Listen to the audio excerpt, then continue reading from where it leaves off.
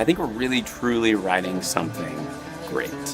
We get to take the myth genre and use that to communicate scriptural truths. It's going to be epic. There's going to be angels fighting huge dragons. It's grounded in truth. It's grounded in hope. I think this is going to be a really cool show. It's gonna just be completely out of this world.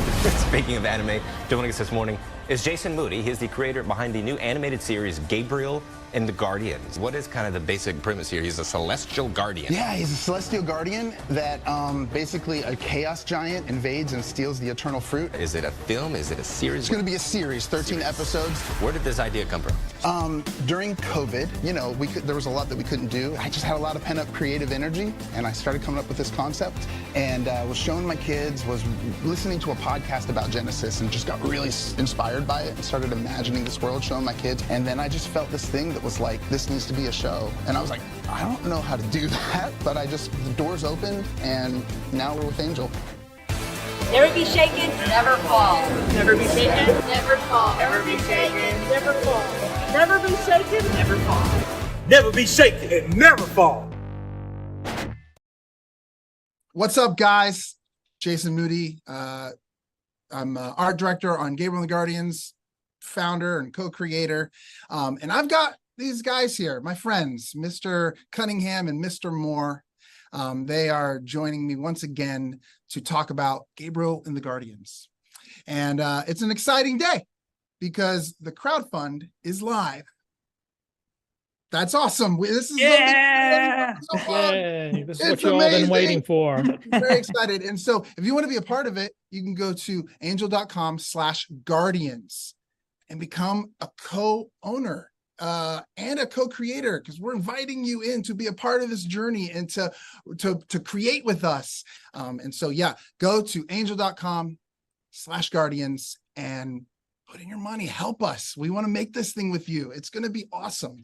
And we want to give you guys a little bit of insight of what we've been doing, because, you know, it's not like we've just been sitting around trying to work on a crowdfund, and we have been doing that, and it's taken a lot of work, but we've also been making the show and beginning the production stages of it. And you know, the first thing that you have to do when you're making a show is you have to write it. You have to have a script to do. Yeah, that's the first thing. And so our head of writing is here with us, and it's David. He's the showrunner. He's the head writer, and he recently headed up our second writers room, a whole week, getting amazing writers from across the country to come together and write more of our season. And so, David, can you tell us a little bit about how that went? Yeah, it was awesome. I mean, so to give you, like, to really pull back the curtain on what that looks like, I mean, essentially every day we would get together as a group, and we would go through, okay, this is episode 8 of season 1. And we have, like, we kind of worked on a plan before we get in the room, but then we basically spend the rest of the day breaking down that episode. Okay, how are we going to make this episode fun? How are we going to make it cool? How are we going to make it interesting? How is this episode going to connect to the other episodes? What are the setups? What are the payoffs? How do we develop this? Like, how are we developing the characters? How are we developing the plot? You kind of go through and you walk step by step through all those things. We do that like all day with a group of, there was like, I think 7 of us in the room. And so basically what that looks like is one person is like on their computer, typing up notes. It's up on a screen. We're all going through, and then we're all basically going back and forth in, I would say, a very friendly way, like friendly arguments, like basically like friendly arguments over what's going to be the best thing here. Okay, what's going to be the coolest moment here? What's going to be the funniest moment here? What's going to be the best thing for this episode? And what are we trying to do in this episode? What's the theme of this episode? And so basically every day we would work on that, go through, and then we'd get this outline of like scene by scene. Okay, the show opens with this scene, then we go to this scene, and then there's the commercial break, we go to this scene, and the flow of the entire episode. And so once we do that for all the episodes, like, so this last writers, when we went through episodes 8 through 13, then we assign those episodes out to the writers, and they go and they work and they turn those probably 2 pages of notes into like 10 to 12 pages of an outline. And then we kind of recheck and make sure we're still on the right track and everything. And then we take those outlines and like we work on them. And then once they're ready, then it's okay, now go to script, go write the whole script. And then we work on the script and we refine that all the way to the points of getting ready for the records with our actors. Yeah. Which, Al's been, I think, on all of the records. Al, can you tell us a little bit about how, you know, we the last time I think we were on our live stream, we announced our cast. Yes. A part of our primaries, and we've actually had some records. I think we've recorded, you know, a decent amount. What have we recorded, and how's that gone? So we have recorded, as Jason was just saying, and David was alluding to, we've recorded all of our primary voices. We've recorded Matt Lanter, which you may have known as Anakin. He's our Knock character. He did fantastic. It was interesting seeing him get into that character and to actually bring emotion and bring that character to life. It was funny because he had to kind of figure out, you know, David gave him, hey, and Jason, hey, this character's like this.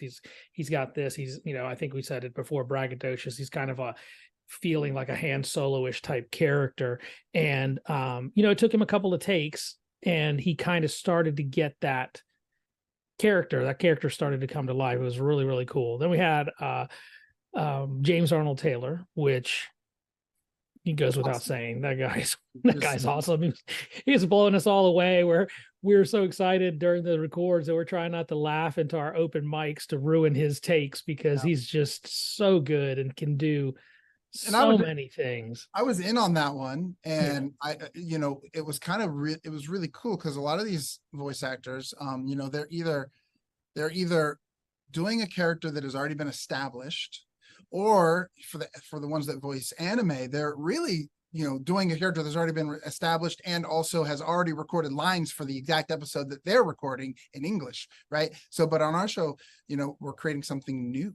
No one's ever voiced these characters before. So it was really cool to see James sort of take this character that we had in our minds one way, and then he brought something completely different. And I ended up going back and redrawing the character, like redesigning the character based on what James did in the room. It was really cool and a very kind of fun collaborative process. So no, it was really, really cool. And then of course, we had my brain is fried. Well, we had Johnny Youngbosch, of course, and he brought life to Gabriel. He had recorded some stuff early on for us, like a year or 2 years ago, but he went back into that and just brought an amazing amount of energy and excitement. I mean, that character was coming to life. Gabriel is just coming into his own. It's a fantastic character. Can't wait for you guys all to hear it. And then of course, Christina V, and she came in and actually changed the name of our character. And well, there's been a lot of debate. You know, like some people called her Nemea, some people called her Nemaya, some people call her Nemaria. I'm not sure. But she said Nemaya. Yeah, Nemaya. Okay. Well, that's the first time it's actually been recorded and spoken in the dialogue. So that's it. It's Nemaya. Yeah. Nemaya. Yeah. And we went with that, and it was great. It was fun. She was so professional. She was great. She gave us multiple reads and I mean, the others did too. I'm not saying they weren't professional, but she just did a fantastic job.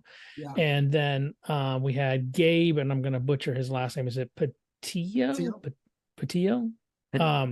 He did. Patillo. Sorry. He. I say I was thinking it was Spanish, so it'd be like Patillo. But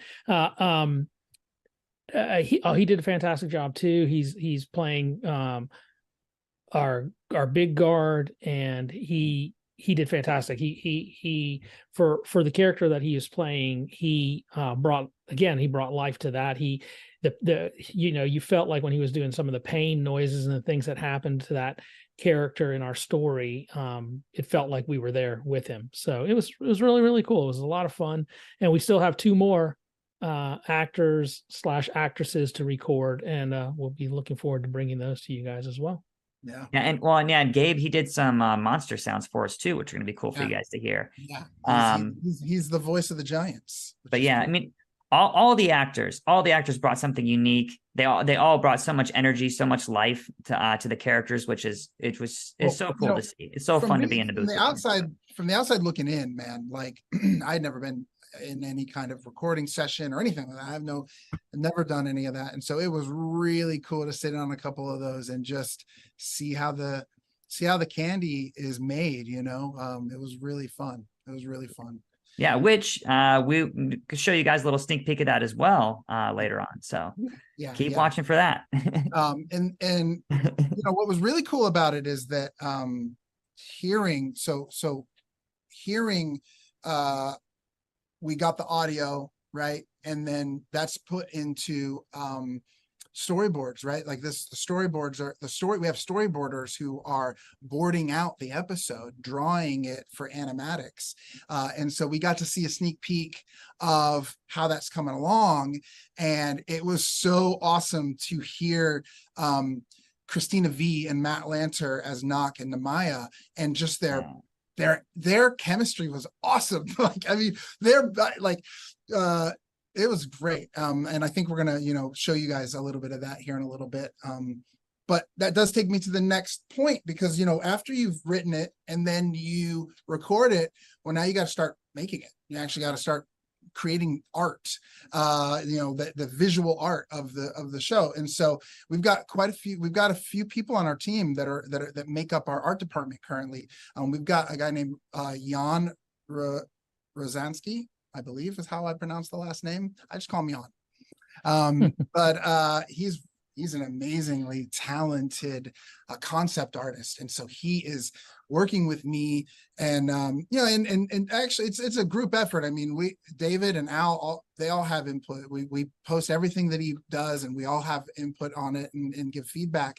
But it's phenomenal what he is creating, and he's creating this look for our world, the world of Aura. He's literally bringing it to life. And then, you know, we've got these awesome storyboard artists, you know, led by Chris Parker, who is our kind of lead storyboard artist. And then we've got Tamal Hanley and Gene Kim, and these guys are literally putting the images to the sound, putting the images to the words. And so we do want to show you guys a couple clips of what they've been working on. And so I think we're gonna just go ahead and play the first one and let you guys see it.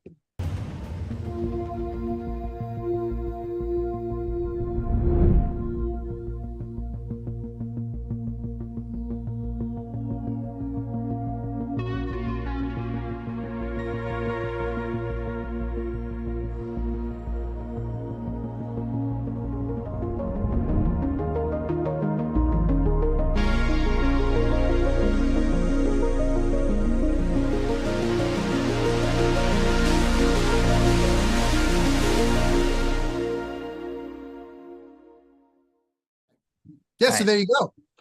Gabriel. That's kind of the first look at Gabriel in the episode. You know, he's waiting on that seed. That seed has some importance throughout the episode, right, David? Just a little bit. Yeah, just a little bit. I mean, it's only a seed from the eternal tree. So, you know. What could that mean? Which, well, it, you know, gives all life to everyone in the world. So it's kind of important. Yeah.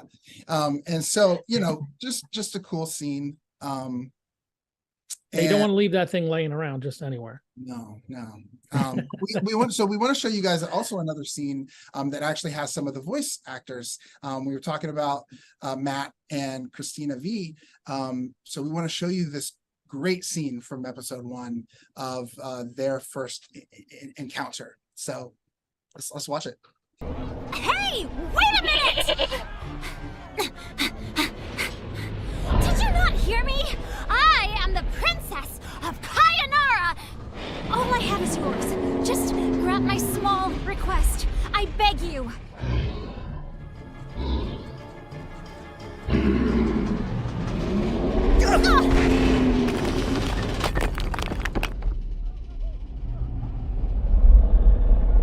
No!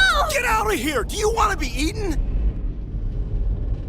God of Ara, please! Are you crazy? That's not a god, it's a chaos giant! Will you just go away? I'm trying to do something. Yeah, get yourself killed. If that's what it takes. Oh, okay. So you are crazy.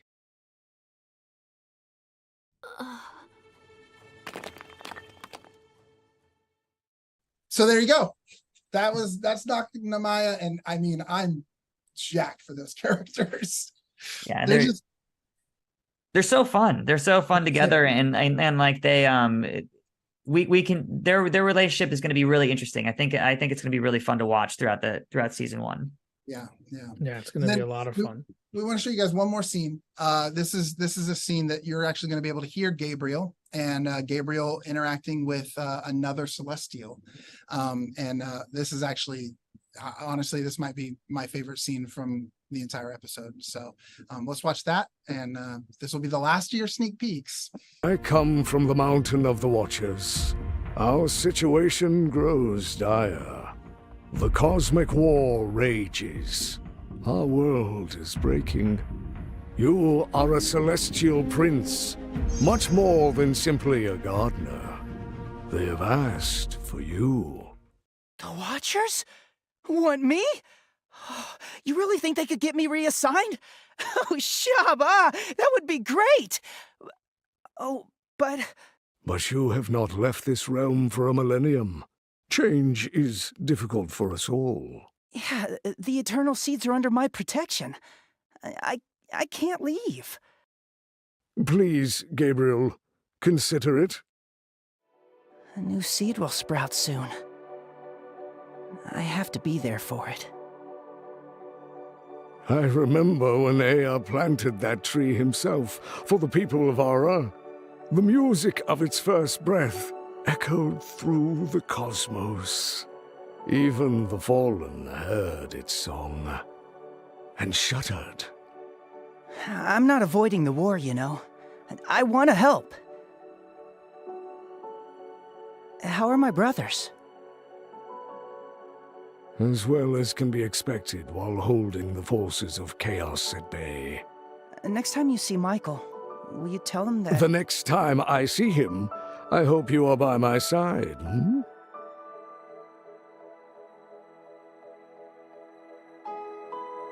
I walk in many realms and see many things. You were meant for more than gardening.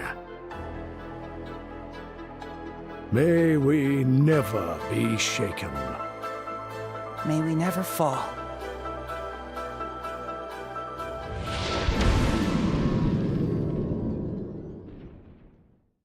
So now you see why that's my favorite clip. It's awesome. I mean, just powerful. And we get the catchphrase, may we never be shaken, may we never fall. That's right. It's so good. And I mean, we've got a killer editor who's just knocking it out of the park. And then, you know, we've got a previous artist too, Jimmy Rosenberger, who's taken the concept art and creating these awesome environments in 3D for our storyboard artists to use, and sort of so they can kind of get the backgrounds and the environments and get a sense of how the space. So that kind of gives you an idea of what all goes into making this. It's a lot. There's a lot, as you guys can see, there's a lot of moving pieces, a lot of people, and we haven't even gotten into production yet, which we're going to talk about in a minute. But I was gonna say, let's not forget Alice, Design Manuel. That's right. Well, Alice, yeah, we're gonna talk about her in a little bit too. Alice is also, she's a producer, overseas supervisor, and she is doing some pretty awesome things for growing the show. Which, if you decide to become an investor, you're really gonna like Alice, because she's working. So, she's working for you. So you can see we put together a team. We want to work with you too. Right. Angel.com/guardians. You can become a part. You can become a guardian. You can become a part of the team. We've got some awesome perks, by the way. Go check out the perks. No kidding. We've got some really, really fun things that you can actually get by just helping. Not only do you help make the show, not only do you help you'll help us create the show. You become, a co-creator. You also get some awesome perks, and so go check those out. Angel.com/Guardians. But David, speaking of Alice, speaking about what happens next. What happens next? Yeah. So right now we're working on pre-production. We're putting together a pre-production team. We're testing overseas animation studios, and we're really working on, Jason's going to talk about this a little bit. We're really looking for studios that can hit the style that we really like, which we really like the anime style, which Jason's going to talk about in a minute. So we're doing that right now, and we're moving further into pre-production. And so essentially what our plan is that we're going to essentially create 13 half-hour episodes for season 1. And our goal, though, is to actually get to 5 seasons, 65 episodes. And there's a few reasons for that. Number one, it's kind of like if you were to go and Google search how many episodes in in a regular half-hour episode kind of series are typical, like what's kind of typical. And what you'll see is between 60 and 65 episodes. And once you get there, that kind of puts you into this place from a story perspective where you can tell like a whole story. Like if you go look at Avatar, The Last Airbender, they have around 60 episodes. There's a bunch of shows that have around 60 episodes. And it puts you in a place where you can tell this full story, which we want to tell like a long, narrative story, 5 seasons. But it also puts us in a good place from business-wise, it puts us in a good place because the more episodes we have, the better it positions us for success as a company. In order to keep making the series, and then hopefully we can get revenues coming in, and we can actually start getting profits coming in. That's the plan, of course.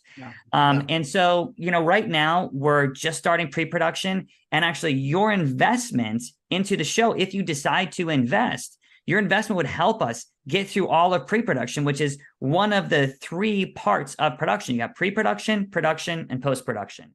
It's really interesting because you said we're aiming. We need this to do season 1, but we want to do 5 seasons. Yeah. And you out there, the audience may be like, how can you do 5 seasons of this story? It's like, well, we've not been shy about saying, we're inspired by the narrative of the Old Testament. And there's a lot to tell. There's a lot to pull from. There are some amazing stories and characters that we're very much looking forward to creatively interpreting and bringing some of those amazing themes and some of those amazing narratives and bringing them to the world of Aura. And so that's how you get 5 seasons, And I just want to add on to that, storytelling wise, we have already mapped out what those 5 seasons are going to look like and what they're going to be. We are not going to do what some other shows do, where they just kind of like start making episodes and try to figure it out as they go. We have already mapped that out. We've got a plan. So just so you know, there's a beautiful narrative that spans across those texts, and we're looking to find a creative way to, and we have actually, like David said, we've mapped this out. We know what we're doing, and we know where we're going with it. But let's talk about the market. What's the market? Why do we think that this thing has the potential to do well, David? Yeah. What do you think? So the anime industry it's one of the biggest markets in the entire world. So when it comes to anime styled content, it is the 3rd most viewed according to you know what, I had it up in front of me and now I forgot. I'm pulling up the site because citations. I should give you guys citations. Yeah, the question around anime really is like, do we think we're anime? No, I mean, look, we're not like noobs here. Like, we are fans. We've been fans of anime. I grew up watching anime. I understand what anime is, and I understand where anime comes from. But as people who grew up with it and love it and honor it and are inspired by it, we wanted to take the things that we're inspired by in terms of our faith, and what are the cultural things that we love, what am I fascinated by in terms of text, even storytelling, right? Like Tolkien, and take all that, mesh it with this thing that I grew up with loving, watching Trigun, watching Cowboy Bebop, watching Studio Ghibli films, like what does it look like? You know, it just seemed to me the most beautiful thing to take these narratives and these themes and these stories that I was imagining and mesh it with this art style that I love so much. And so, you know, we're anime influenced, but we respect and honor that craft, and we want to do it as best we can. You know, we want to do it. And so we've gone out of our way to partner with studios that have worked on actual animes. We're looking to make those kind of connections, and we're making some great connections there. So. Yeah, that's right. Anime, I mean, why is it popular? Yeah, well, yeah, I mean, well, yeah, but just to say that, yeah, just real quick. I mean, yeah, like Jason said, we understand that like a lot of people view anime as being simply animation made 100% in Japan. We get that.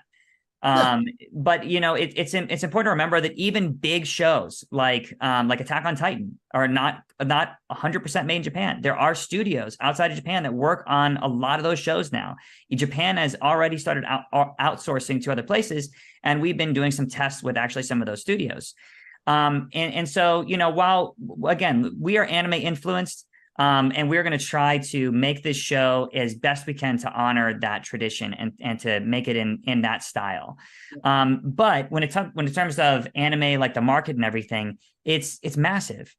So like according to Headphone Addicts, they had some data on here on like, so what are the biggest subgenres of media that people watch? And the number one was crime drama, you know, like I'm guessing that's like, you know, CSI and shows like that, you know, Law and Order. And then you got sitcoms, you know, I'm guessing like shows like Big Bang Theory, you know, Seinfeld for you old timers out there. And then Seinfeld, hey. And then when you cross the Bible with anime. Sorry. That's right. And then you have anime. So anime has, according to Headphone Addicts, anime is more watched than romantic dramas. Again, we don't have exact data on why that is, but we can make some pretty good guesses. Like for instance, crime dramas are the most number one watched thing, right? But how many people actually buy Law and Order merchandise? it's not really a big thing. And that's a good point, David. So I think that it does bring up the question of, you know, why do it in this style? You know, well, I grew up in the 80s. And so every single thing that I loved, I also wanted a toy of. I wanted to eat the cereal. I wanted to be sitting on a Saturday morning with my He-Man toys and a cereal that has a He-Man toy inside. Surprise. You remember when you used to get the surprises in the inside of the cereal? Like I wanted the one, you know, if it was a He-Man one, I wanted that. You know what I mean? I was sitting down, watching He-Man, wearing He-Man, playing with He-Man, and eating He-Man cereal. Eating He-Man cereal. So like with real sugar. I'm a product of that, man. So I want awesome toys and games and cereals and pajamas that glow in the dark for Gabriel and the Guardians. That's and so I've been thinking about that ever since we started. Glow in the dark. And so yeah, so that's right. And that's merchandising is one of those things that we are working on. So, you know, we're making prototypes, we're making different I don't know, like testing out basically, you know, like what you know, could you actually Jason has a little prototype right behind him, sitting on his desk. Oh, yeah, look at this. So imagine your kid my kids literally have these and they take them to school every day. I'm not kidding about that. And so we actually had these made up for when we went to GalaxyCon. This is actually one that we kept and is, I believe, Johnny Young Bosch's. We gave one to each of our voice actors. I still have to send this out to him, but I'm going to give you guys a little sneak peek. We've got some cool stuff inside for them.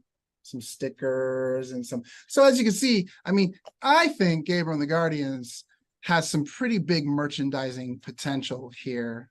So, you know, if you imagine trading cards, so and you know, my background is actually in innovative media, games, e-learning. And so, you know, one of the first things I did when this started to take off was think about how to build some kind of really cool interactive game. And so that's stuff that we're actively pursuing and thinking about and working on. That's right. And so speaking of what would probably come before merchandising. So we are working on those things, but what's the the next thing. Al, do you want to talk about kind of where we're going?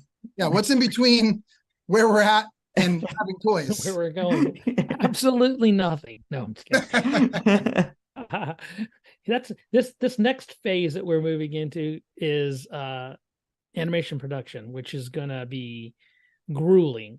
But it, to put it lightly, it's gonna be grueling. But it's gonna be great because, like has been said already, we've been partnering.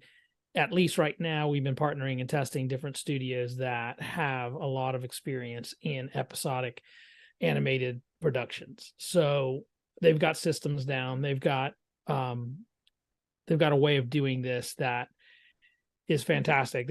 Our show's a little different than what they've done, and they've said that to us. So they're having to adapt a little bit. They're having to try some different things to achieve a certain look and to achieve a certain style that we're going for. But they've been able to do that, and so far what we've received from a few different studios has been really top-notch work. We have a few more that we're talking to, and we'll see what they can do before we make a final decision. But again, all of what we're trying to do is trying to be as faithful as we can be to the art style, the anime art style, as we can be, with a little bit of a twist that we bring to it from our own side, But again, even outside of one of the things I wanted to say is, we were talking about merchandising, we're talking about finances, we're talking about all of these different things and opportunities. But one of the things I wanted to say is, and we've said it on other podcasts, is, this is about compelling stories. And while we're going to have fantastic art, anybody can make beautiful artwork. It's the stories that, we've got great source material from Hebrew scripture, from the Bible, but on top of that, it's how it's being adapted into the story form and what's going to come from that. And that's where we're after. We're really, again, I think Jason alluded to it, maybe David did too, we're really after telling stories in the vein of Tolkien, in the vein of C.S. Lewis, in really great, compelling stories that it doesn't matter the medium, whether it's a book, whether it's a film, whether it's a television series or show, it still conveys, powerful story and moves the viewer with emotion and engages that viewer and makes you feel a part of it. It makes you feel for the characters and makes you feel and care about what's going on. Well, yeah, and to add on to that, one of the reasons why we are dipping our story into myth instead of doing a direct retelling is essentially the same reason, I would say, why C.S. Lewis and Tolkien, they told great fiction stories. And why did they do that? I think number one, because they love good storytelling. And that's like something, if you look at their lives and like what they studied, like they were just really fans of and believed in good storytelling. But I think number two, it's just that, especially today, when you dip a story into myth, you tear down that wall of somebody saying, "Oh, this is Christian, it's not for me," and you allow, basically, we want to open up the door to a bigger audience that doesn't feel like we're saying, like, you have to believe what we believe. We're not trying to do that at all. What we're trying to do is we're trying to tell a story that is, like we've said, steeped in, the Hebrew scriptures, but accessible for anybody. I think as soon as you, you come to somebody and you go, "I want to tell you what I believe," and half the time, if they know that they don't believe what you believe, they're going to be like, I don't want to hear it, right? But if you go, "Hey, I just want to come and say, once upon a time," you know what I mean? It's a completely different thing. And as long as that once upon a time is a truly good story, you can tell good truths. You can tell good truths inside of there. I mean, we've talked about this a little bit. Like, Jesus could have just stood on the mount, stood wherever he was, and just quoted the Torah, but he didn't. He actually said, "Once upon a time, there was a man in a field," right? And he told parables, he told stories, and I think that part of we were created to be creative. Jesus was creatively interpreting truth from Scripture into a story. that's what we want to do. You know what I mean? And so I think that it's exciting. I think that there's an opportunity here for you guys to get in and be a part of this.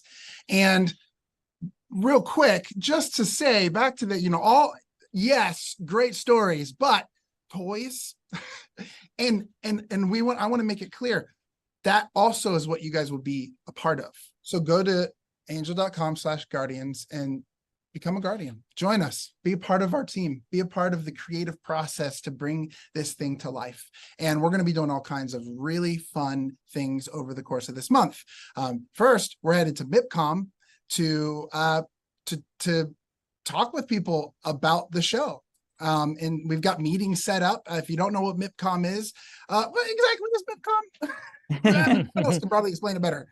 Do you want me to answer that? Please. What is MIPCOM? Okay, David? yeah. So MIPCOM is one of the biggest conventions in the entire world where broadcasters, networks, and production studios like us get together, and you've got networks and broadcasters and distributors are buying shows, and then you've got people like us, which we're trying to sell our show, because our goal is to get our show out across the globe. We're not like, we're doing English voice acting right now, but we want to get the show recorded into other languages. We don't just want to do it in just English. We want to record it in multiple languages. We want to get it out as far as we can get it, because the audience too that we're going after is global. And so one of the people that's helping us do that is a woman named Alice Manuel, and she is our producer, overseas supervisor, and she has lined up, is in active talks with people all over the world in order to get the show.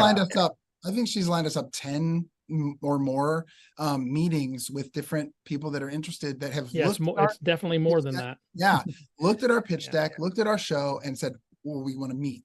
And so, we're partnering with Angel. We want to bring this show to all of Angel's audience, but Angel is excited that we want to go beyond that too. We want to take the show and go as far as we possibly can with it. So we've got, so there's that. We've got some other things lined up this month. We've got a contest that we're going to share at a later time. We've got another live stream at the end of the month with our voice actors. We're going to do a table read of some sort. So I can't give away too much, but we've got some really fun stuff. So once again, go to angel.com/guardians, join us, be a part of this thing that is happening. And we'll see you next time. Right? Thank you, David. Thank you, Al. Thank you, Angel Studios team, for putting this together for us. And we'll see you here soon. That's right. Bye. Have a good one.